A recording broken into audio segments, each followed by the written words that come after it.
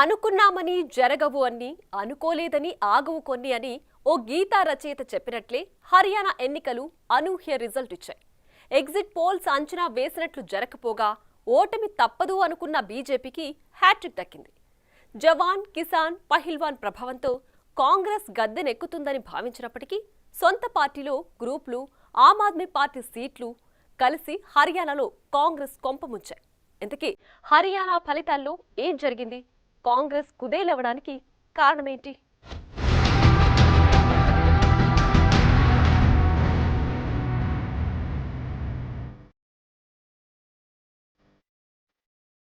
Exit polls అంచనాలు బోర్లా పడ్డాయి. కాంగ్రెస్ కలలన్నీ నీరుగారిపోయాయి. హర్యానా ఎన్నికల ఓట్ల లెక్కింపు ప్రారంభమైన గంటలోనే, అంటే ఉదయం 9 గంటల ప్రాంతంలో కాంగ్రెస్ పార్టీ బీజేపీ కంటే చాలా ముందుంది. మరో రాష్ట్రం మన చేతిలోకొచ్చేసిందంటూ కాంగ్రెస్ వర్గాలు ఉత్సవాలకు ప్రిపేర్ అయిపోయారు. ఢిల్లీలోని కాంగ్రెస్ ప్రధాన కార్యాలయంలో జిలేబీలు, డోలాలతో సంబురాలు షురూ అయ్యాయి. పదుల సంఖ్యలో లీడ్స్ చూసి ప్రభుత్వం తమదేనని ఫిక్స్ అయ్యారు. మరోవైపు బీజేపీ కార్యాలయం బోసిపోయింది. ఎగ్జిట్ పోల్స్ చెప్పినట్లే 10 ఏళ్లు పాలించిన హర్యానా చేజారిపోయిందని బీజేపీ వర్గాలన్నీ ఒక అంచనాకొచ్చేశారు. సరిగ్గా మరో గంట తరువాత వాతావరణమంతా రివర్స్ అయింది. టీవీ స్క్రీన్లపై పట్టికలు మారుతూ కనిపించాయి. బీజేపీ మళ్లీ గేమ్లో నిలిచింది. ఆట అడ్డం తిరిగిన పరిస్థితులొచ్చాయి. మరో 2 గంటల తరువాత ఎగ్జిట్ పోల్ అంచనాలను భారీ తేడాతో మారుస్తూ హర్యానాలో బీజేపీ బలంగా ముందంజలోకొచ్చింది. ఇప్పుడు లడ్డూలు, జిలేబీలు, సంబురాలతో బీజేపీ ప్రధాన కార్యాలయం దద్దరిల్లింది. మొదట్లో అంచనా వేసిన స్క్రీన్ ప్లే మలుపు తిరిగింది.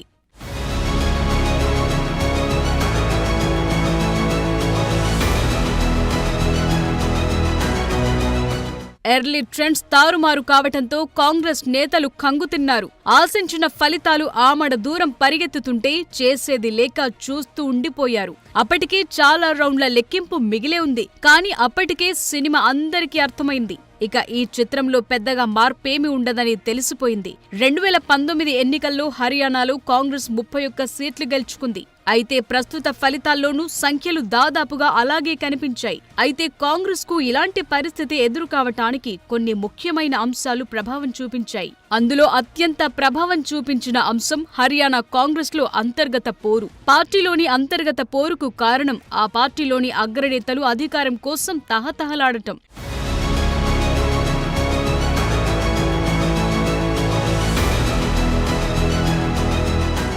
ఎన్నికలకు చాలా ముందు నుంచే కాంగ్రెస్ నేతలు విజయం తథ్యమని భావించి ముఖ్యమంత్రి పదవి కోసం కసరత్తు ప్రారంభించారు. కాంగ్రెస్ లో అనుభవజ్ఞుడైన భూపీందర్ సింగ్ హుడా, సీనియర్ నాయకురాలు కుమారి శైలజ మధ్య అధికార పోరు బహిరంగంగా కనిపించింది.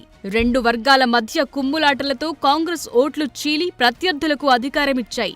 ఎన్నికలకు ముందు 2 వర్గాలను కలిపి విజయాన్ని కట్టబెట్టాలని కాంగ్రెస్ అధిష్టానం కష్టపడుతోన్న తరుణంలోనే ఈ అంతర్గత విభేదాలు పీక్స్ కు వెళ్లాయి. దిద్దుబాటు చర్యలకు దిగిన అధిష్టానం అభ్యర్థులు, పొత్తులో సీట్లు నిర్ణయించడం వంటి అంశాల్లో హుడాకు స్వేచ్ఛ ఇచ్చారు. అయితే ఇది మరింత అగ్గిని రాజేయటంతో అధిష్టానం అనుకున్న అంచనా తల్లకిందులయ్యింది. వచ్చిన ఫలితాలు చూస్తే ఇది పనిచేయలేదని స్పష్టంగా అర్థమైంది.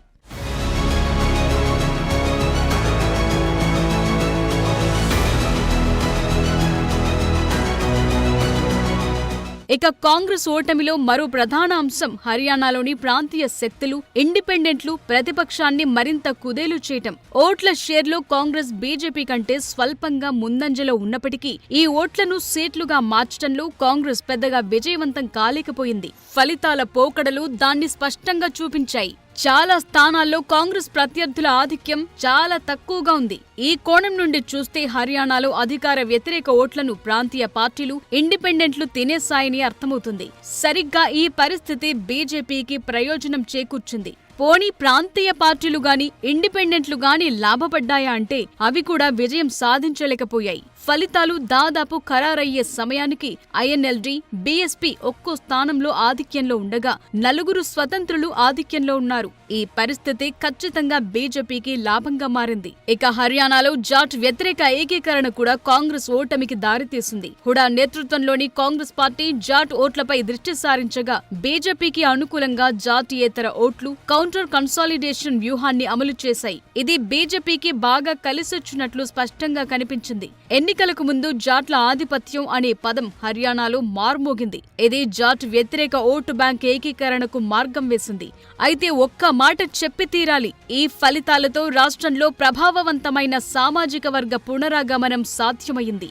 ఇక్కడ కాంగ్రెస్ విజయం సాధించినప్పటికీ బదులుగా జాట్ వ్యతిరేక సంఘాలు అధికార పార్టీ బీజేపీకి అనుకూలంగా ఓటు వేసినట్లు తెలుస్తోంది.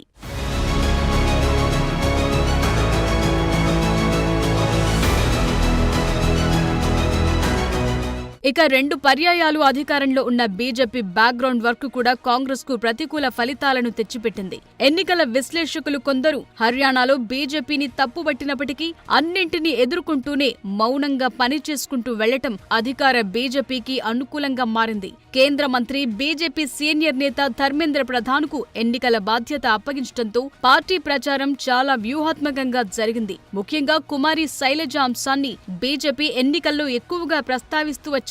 కుమారి శైలజ కోరుకున్నప్పటికీ అసెంబ్లీ టికెట్ రాకపోవటం, సన్నిహితులకు తక్కువ టికెట్లు రావటంతో బీజేపీ దీన్ని అస్త్రంగా చేసుకుని ఎదురుదాడికి దిగింది.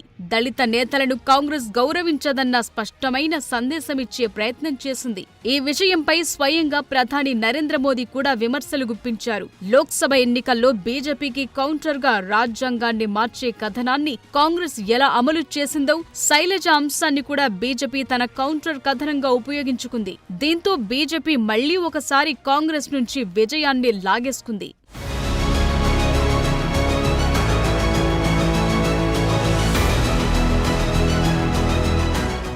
హర్యానాలో కాంగ్రెస్ కు గ్రామీణ ఓటు బ్యాంకు ఆసరాగా నిలిచిన పట్టణాల్లో బీజేపీ ఆధిపత్యం కొనసాగించింది. గత 10 ఏళ్లలో బీజేపీ హర్యానాలోని గుర్గావ్, ఫరీదాబాద్ వంటి సిటీల్లో మద్దతును భారీగా కూడబెట్టింది. అనుకున్నట్లే సిటీ ఓటును కొట్టేసింది. అయితే కాంగ్రెస్ కు గ్రామీణ ప్రాంతాల్లో మంచి మద్దతు లభించినప్పటికీ గ్రామీణ సీట్లలో కాంగ్రెస్ క్లీన్ స్వీప్ చేయలేకపోయింది.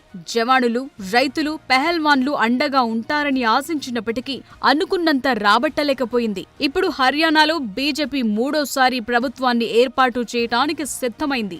ఇప్పుడు కాంగ్రెస్ ముందున్న దారి ఒక్కటే, హర్యానాలో తమకు ఉంటుందనుకున్న ప్రజా మద్దతును ఎందుకు ఓట్లుగా మార్చుకోలేకపోయారో ఆత్మపరిశీలన చేసుకోవటం.